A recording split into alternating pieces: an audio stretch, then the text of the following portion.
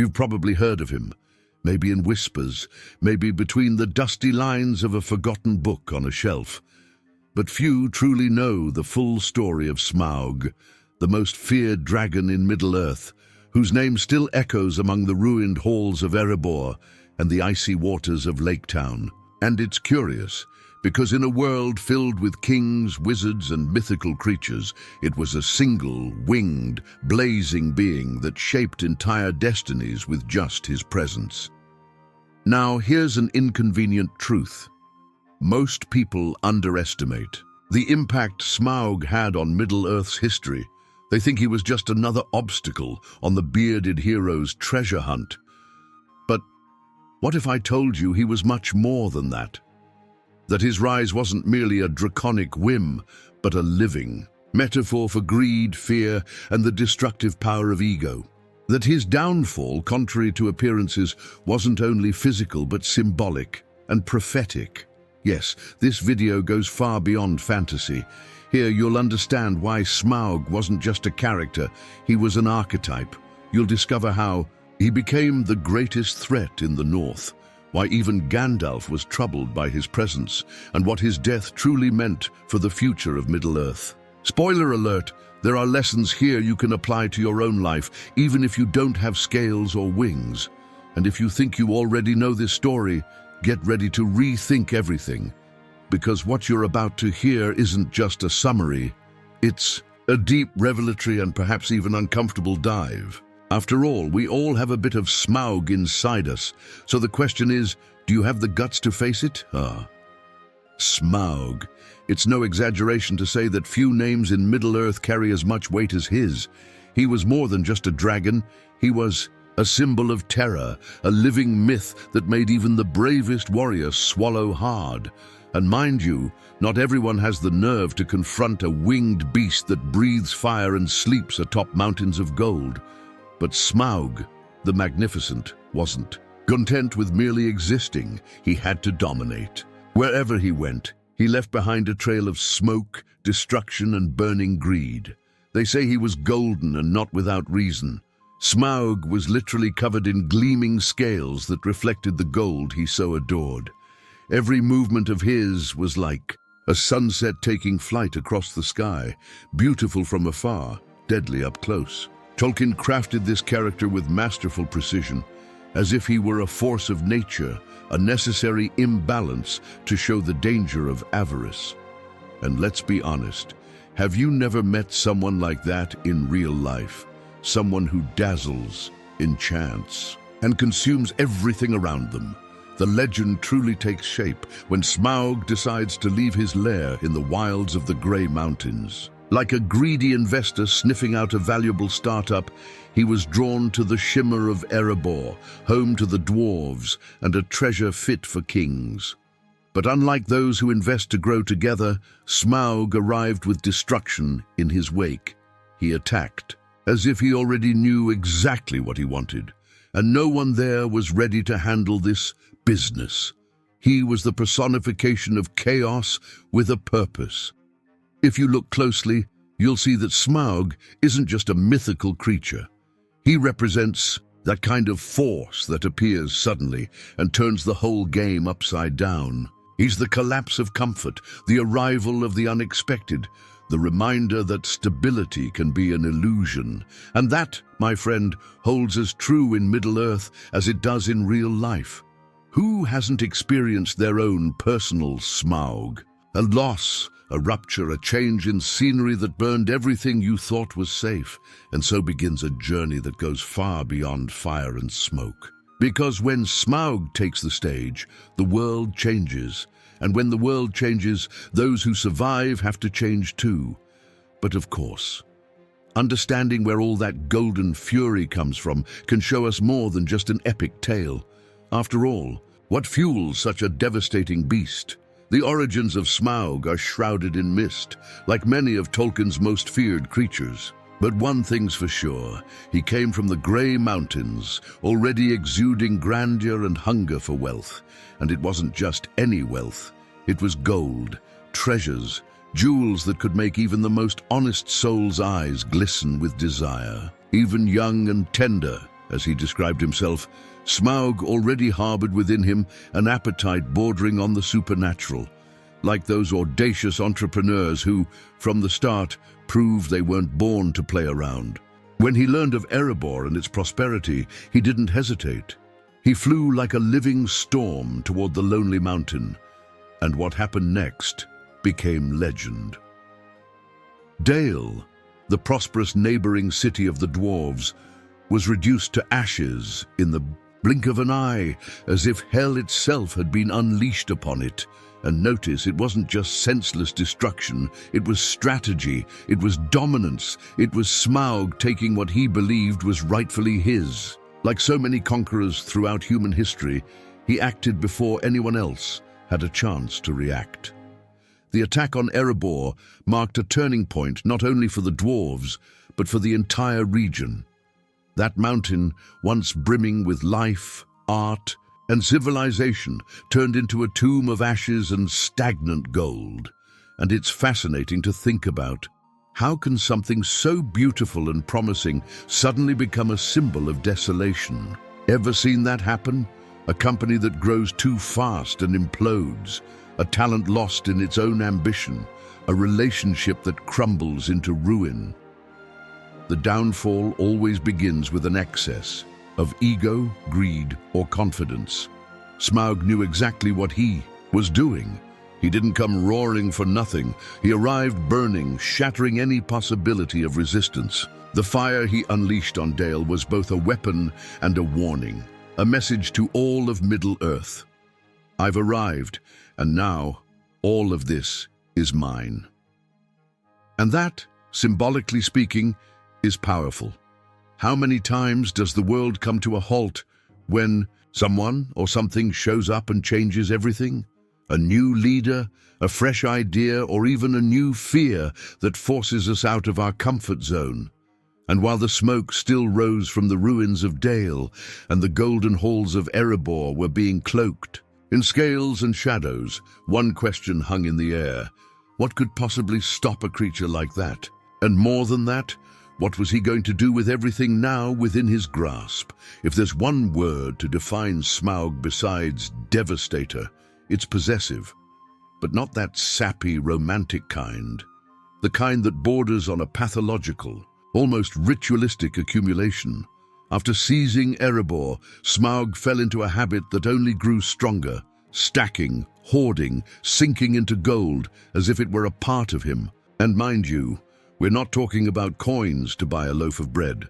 We're talking about mountains of legendary treasures, elven jewels, dwarven armors, and even the Arkenstone, the heart of the mountain's jewel. This behavior has deep roots, not only in Tolkien's work, but in the ancient myths that inspired him. Dragons have always symbolized insatiable desire, creatures that don't use gold, but guard it with a paranoid intensity. It's like those millionaires who hoard cars they never drive, mansions they never visit, or followers they barely know. It's not about using it, it's about control. Smaug slept atop his wealth like a banker resting easy, knowing he controls the fate of entire cities. And Middle-earth was well aware of that. It's fascinating how Tolkien ties Smaug's instinct to the darker side of our own nature. Deep down, we all have a little Smaug inside. It might be that urge to always want more, even when we already have plenty. It might be the fear of sharing, thinking someone will steal what's ours. A practical tip to avoid turning into a dragon is take a day to donate something of value. Money, time, knowledge.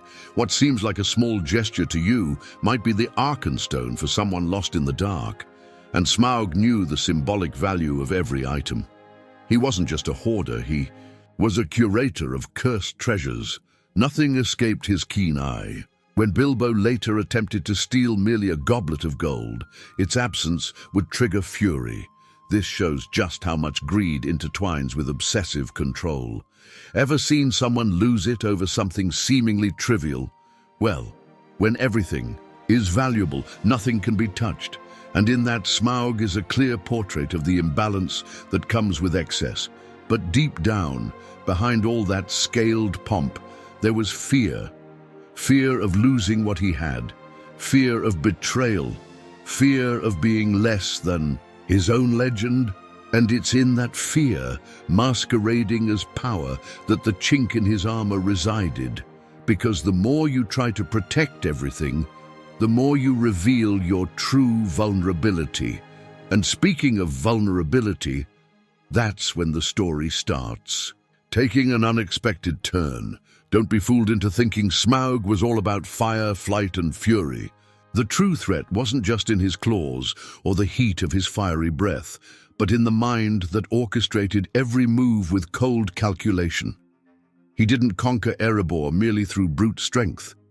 He predicted how others would react, studied patterns, and executed with precision.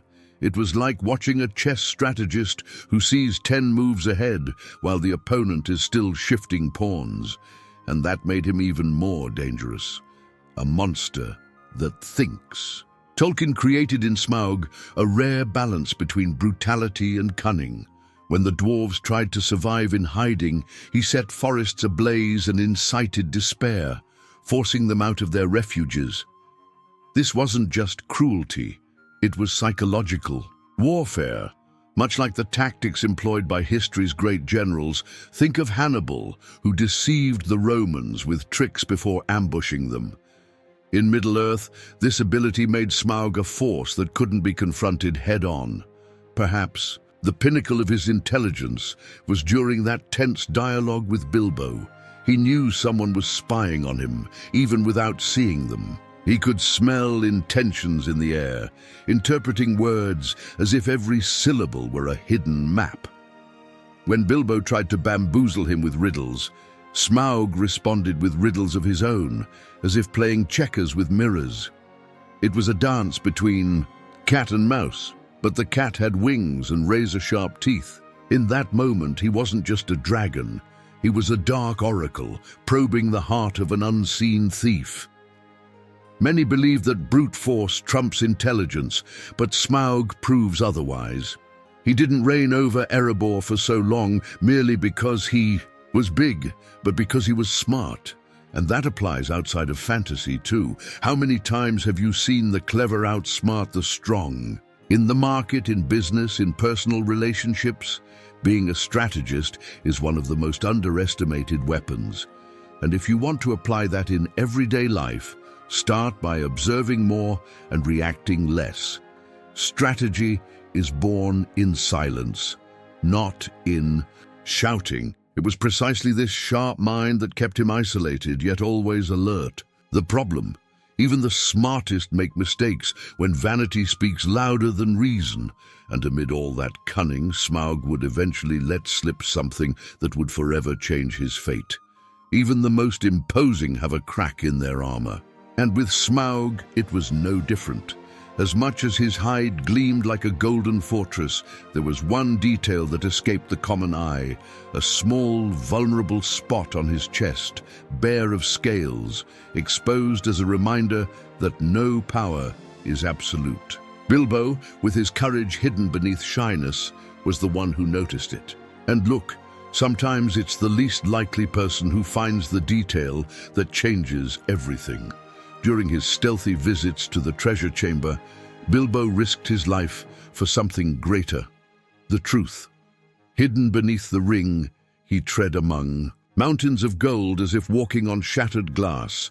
And even invisible, he didn't escape Smaug's finely tuned senses. The dragon could smell, feel, intuit. Like a leader who knows when someone enters a room with ulterior motives, Smaug noticed even the slightest change in the air. And that turned the environment into a veritable board of tension.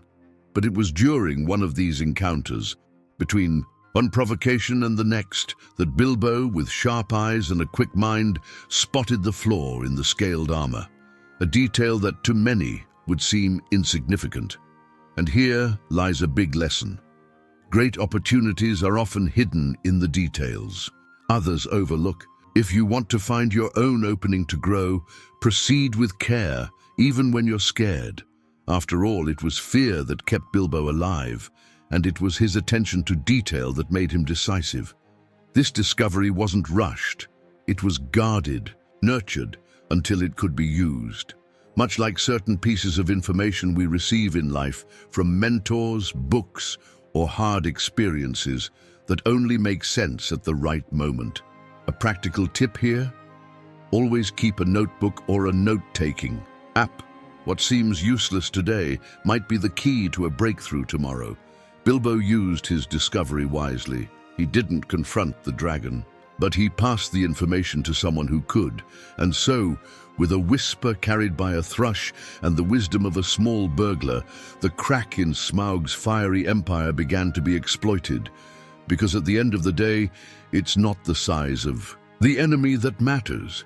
It's the size of the courage and cunning of the one who faces it, and that was about to be revealed in flames and arrows. When Smaug finally decided to fly toward Lake Town, he didn't do it like just any dragon. He did it like a verdict. The town already knew the danger. The legends, the tremors, the heat that seemed to arrive days before his actual presence, all signaled that something terrible was coming from the skies. And it did. Like a flaming storm, Smaug arrived spitting fire with the fury of someone who felt challenged. And between you and me, few things are more dangerous than bruising the pride of someone who thinks they're invincible. People ran in panic, bridges burned, houses creaked under the unbearable heat, and the water seemed to vanish before even touching the flames. And amid the chaos, Bard emerged, a simple archer, heir to a forgotten lineage, but with a courage that no amount of noble titles could bestow. While many fled, he stayed, and that speaks volumes. In times of crisis, true leaders don't shout the loudest. They act when everyone else is frozen in fear. What's even more amazing is that Bard didn't have armies, magical armor, or elven alliances. He had one arrow, just one, and a tip, passed on by a humble thrush who had overheard Bilbo talking about the weak spot on Smaug's chest. Sometimes all you need is a chance and the wisdom to listen to what others overlook. How many times do we ignore life's thrushes? Those small signs, simple people, or offhand conversations that carry truths capable of changing everything. The black arrow, passed down through generations in his family, wasn't just a weapon, it was an heirloom. And Bard knew how to use it with pinpoint precision. At the right moment, with the weight of the town on his shoulders, he took aim, breathed deeply, and made history. Smaug, the indomitable, fell from the skies like a corrupted star. And that shows us that even the greatest threats can end, if only you have the courage to rise in the midst of destruction. Bard became a symbol of resilience, and Smaug's fall, a turning point in the tide. But as with every turning point, it came with consequences. The town, now in ruins, would have to rebuild, and Smaug's body, submerged in the lake, still radiated fear, because even in death, a dragon like that doesn't just vanish. And what now to do with the treasure he had guarded? What happens when the guardian falls and greed starts breathing again? Smaug's fall was thunderous, but the silence that followed was even heavier. It wasn't just about the death of a creature. It was the end of an era. His body lay at the bottom of the lake, but his legacy, his presence, still lingered in the air like smoke that never fully dissipates. Lake Town, devastated, faced a paradox. The victory came at an exorbitant price. And that's when life shows its cruel side. Sometimes winning hurts, and it hurts a lot. The gold of Erebor, once untouchable under Smaug's fiery shadow, was now free.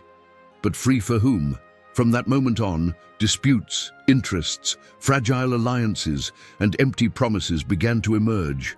It's like that family inheritance that instead of uniting, ends up dividing.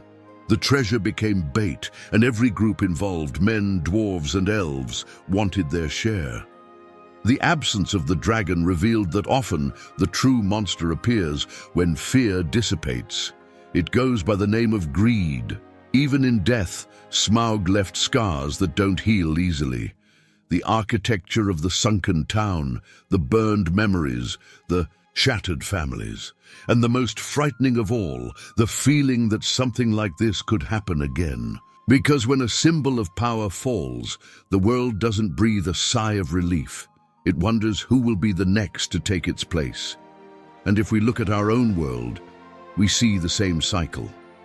When a financial empire collapses, vultures, opportunities, and new Smaugs emerge.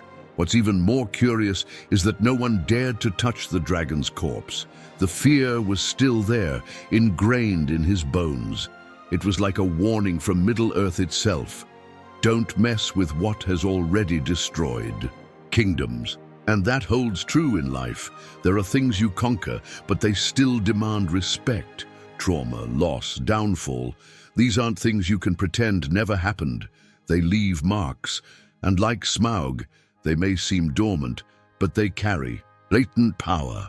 In the end, the dragon fell, but the ripples of his fall were only just beginning to spread. And amid the ashes, a new fear emerged.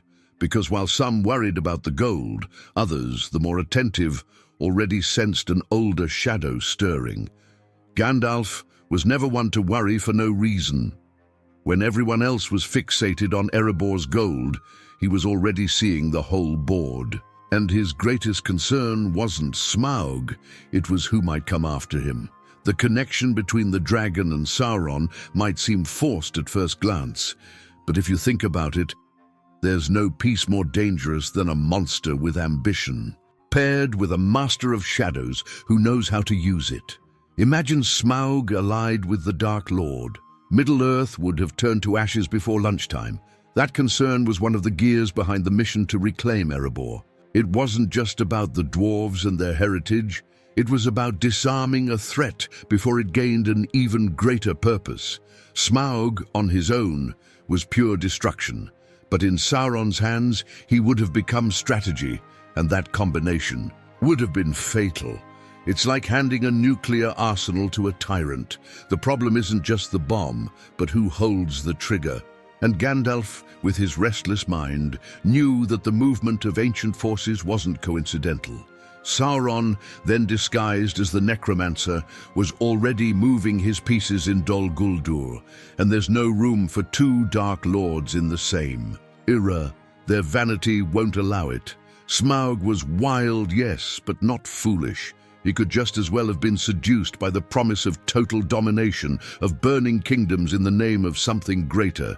That's how the worst pacts are born, at the intersection of power and purpose. It's interesting to consider how Tolkien weaves the idea of dangerous alliances. It's not just about wars of swords and arrows, it's about games of influence, manipulation, and psychological domination. And that applies to real life too. Sometimes we think we're just seizing an opportunity, but in reality, we're becoming pawns in someone else's game. And Gandalf, as the archetypal mentor, reminds us, always question why something is happening and who benefits from it. A practical exercise? Reflect every week on one of your decisions and ask yourself, is this serving me or someone who wants to use me?